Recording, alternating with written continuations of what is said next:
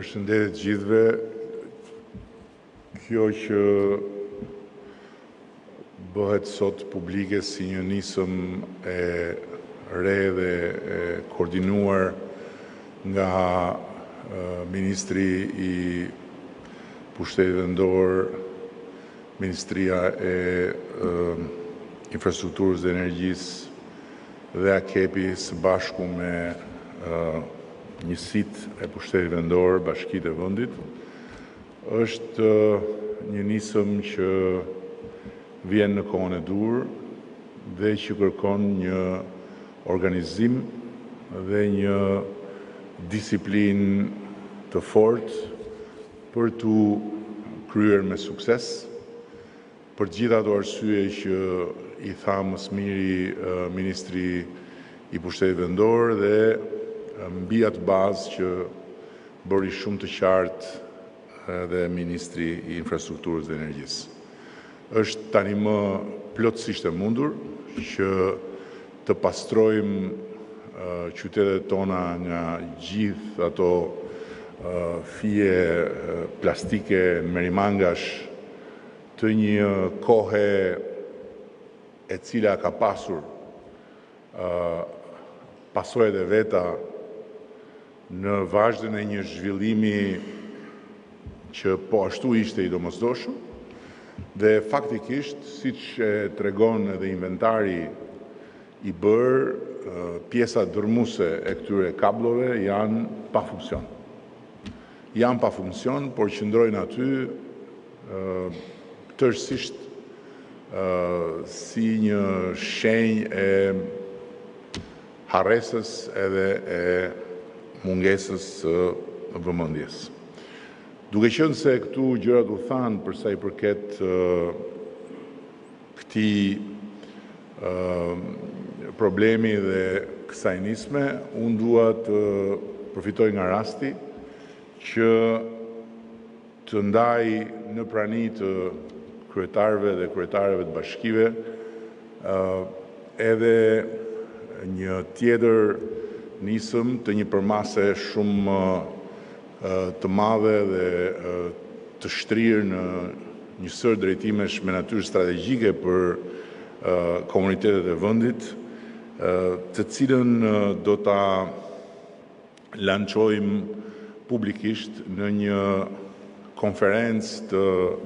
Pushtetit Vendor në 10 ditëshin e parë të korrikut. Bëhet fjalë për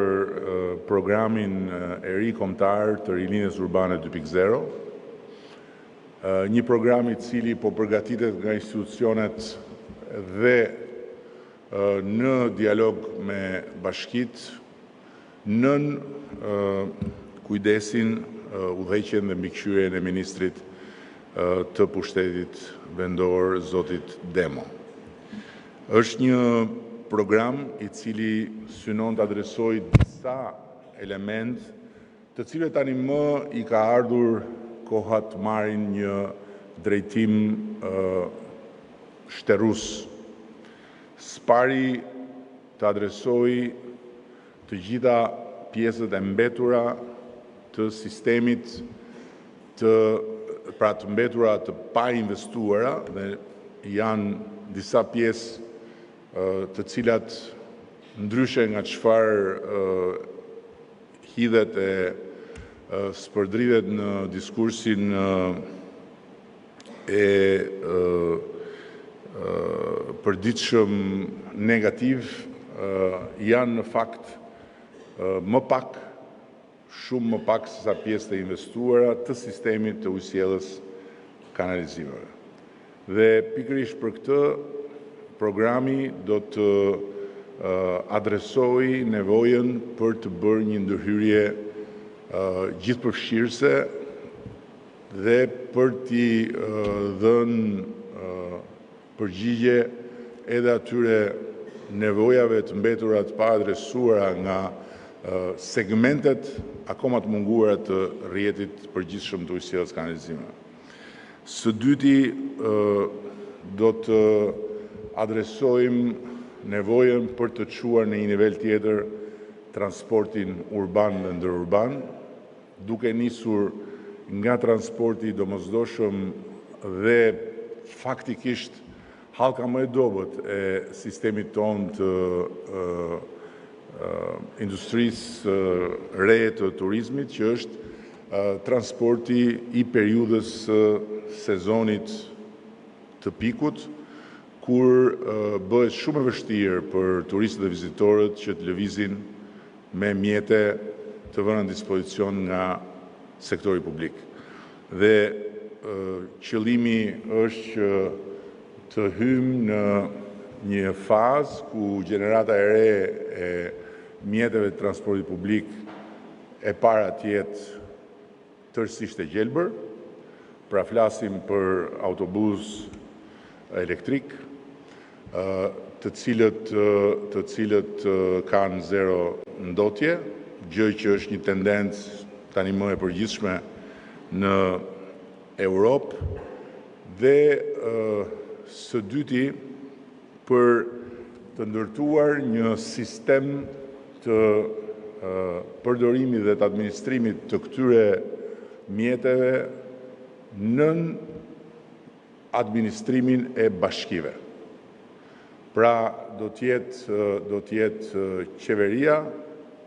së bashku me bashkit që do të sigurojnë mjetet dhe bashkit do të bëjnë administrimin e tyre. Nëpërmjet një sistemi që tani më e kemi pilotuar me shumë sukses në bashkinë e Dibrës për sa i përket parkut logjistik, gjë që vite pika tjetër do ta shtrim tani më në të gjithë territorin. Do të kemi një park logjistik i cili do t'i shërbejë bashkive për të gjitha ato punime të domosdoshme të mirëmbajtjes, pastrimit, hapjes kanaleve kulluese, të kanaleve ujitse dhe njëkohësisht edhe për të gjitha ato ndërhyrje të tjera të kësaj natyre që lidhen me situata post-emergjencë, në mënyrë që bashkit të zotrojnë një kapacitet të munguar deri më sot.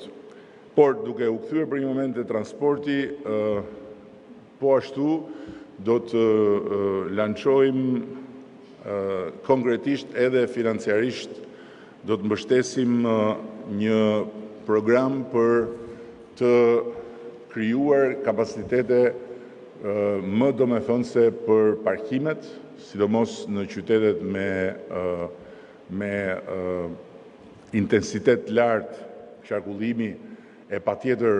duke pas parasysh këtu si prioritet qytetet dhe zonat që janë zona me ngarkesë specifike për shkak të turizmit. Dhe programi i parkimeve është një program i veçantë që ka disa komponentë, të cilët do t'i detajojmë në konferencën përkatëse dhe për të cilat të gjithë bashkitë do të kenë programin të shkruar në të gjithë komponentët. Dua të them që për parkimet kemi disa formula dhe përveç formulës financimi direkt të punës për ndërtimin e tyre përmes fondit të zhvillimit dhe krijimit partneriteteve me bashkitë, siç kemi disa raste suksesshme, si këtu rastin e Beratit, rastin e Gjirokastrës, që kanë lehtësuar jashtëzakonisht këto destinacione gjithmonë më të kërkuara të trashëgimisë sonë kulturore, por edhe një tjetër formulë për t'i mundësuar bashkive që të mund të aksesojnë bankat me projekte specifike të parkimeve, apo që të mund të bashkëpunojnë me subjekte private, të cilat do të jenë të ftuara të marrin pjesë në bashkëpunim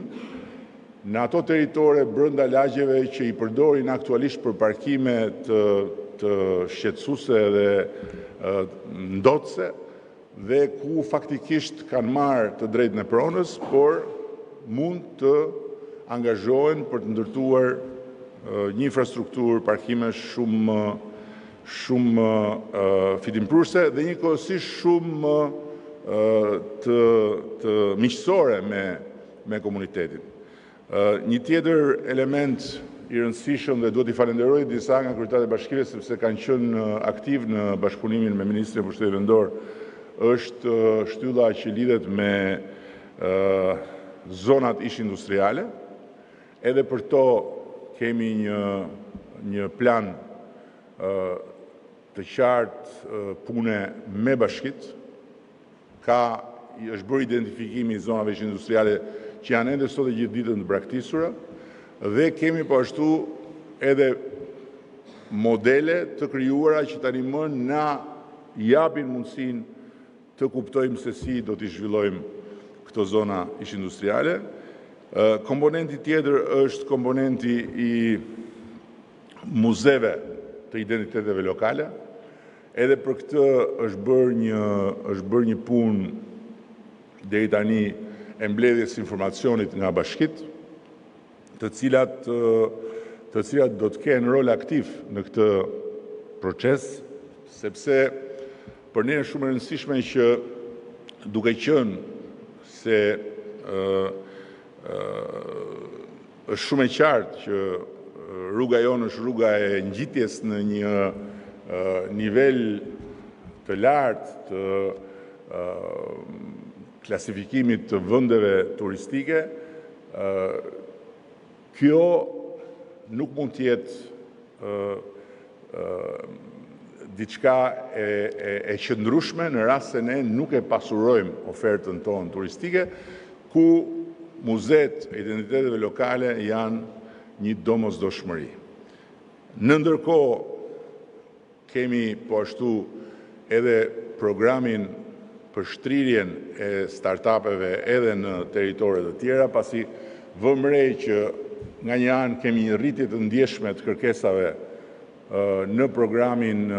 Startup Albania, për cilin do të nxjerrim dhe një financim të ri në ditën e vijim, pasi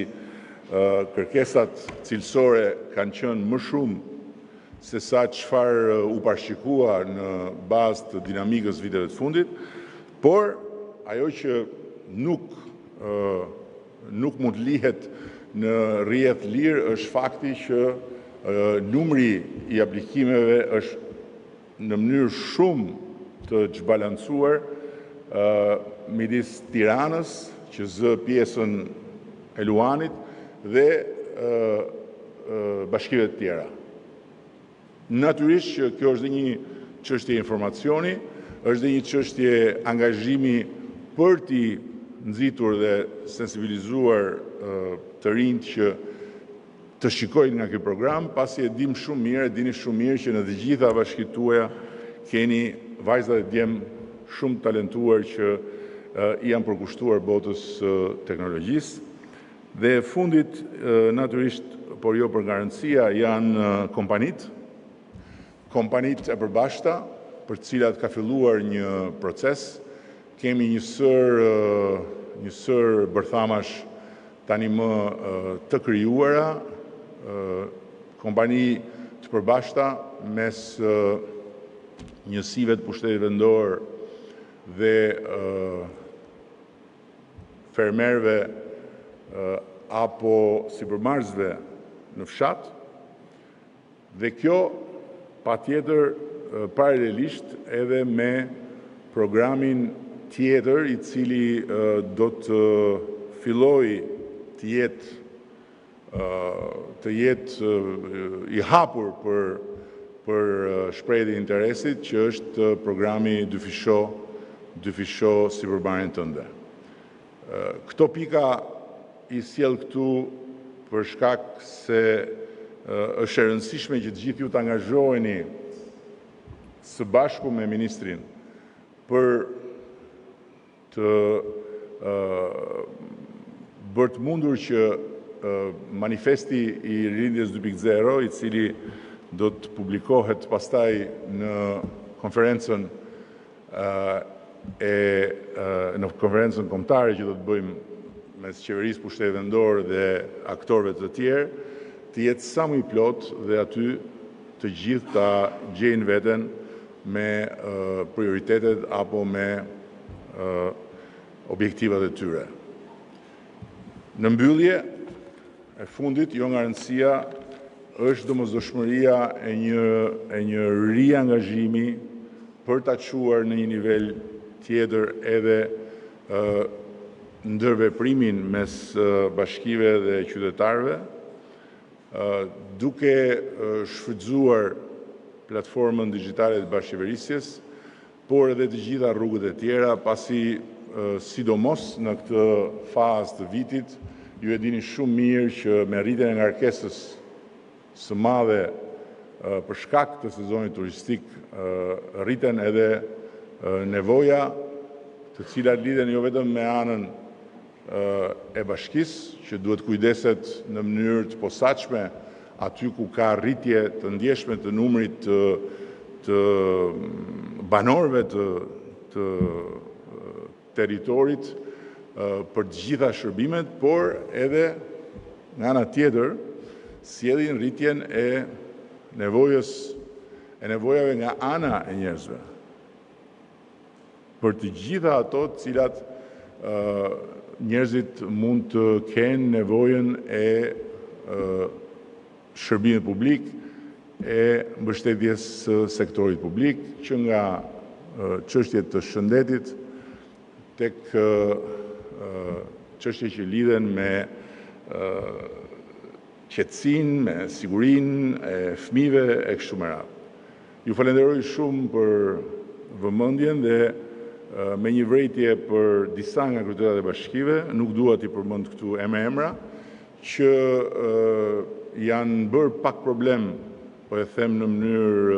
mënyrë kështu të butë për komunitetin, pasi nuk qëndrojnë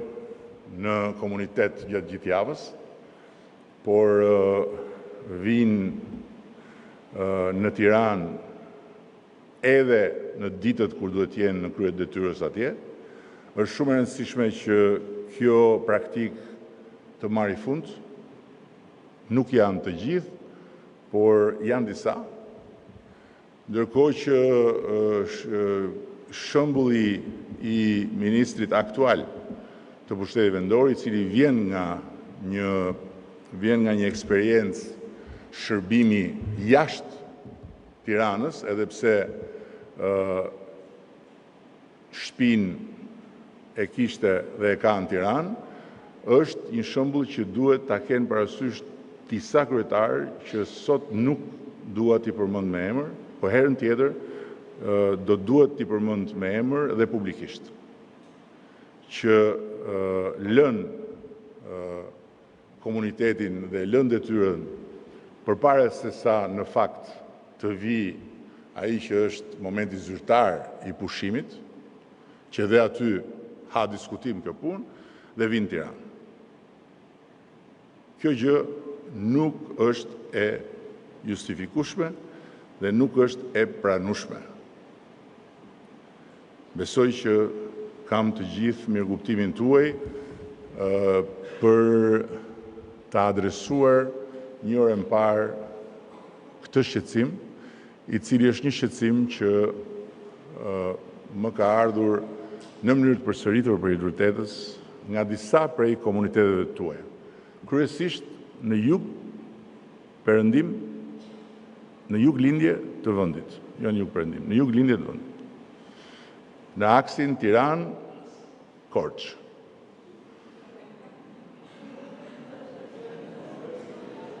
Dakord? Kryesisht. Se nuk flas për ata të ish Partisë Demokratike, se ata mund të rrinë në shtëpi gjithë kohën, se si janë, si s'janë, prapa ata janë. Por flas për të zgjedhurit e Partisë Socialiste në aksin Tiranë-Korçë. Nuk e kam këtu për Soti Raqin, nuk e kam as për ministrin. Dakord?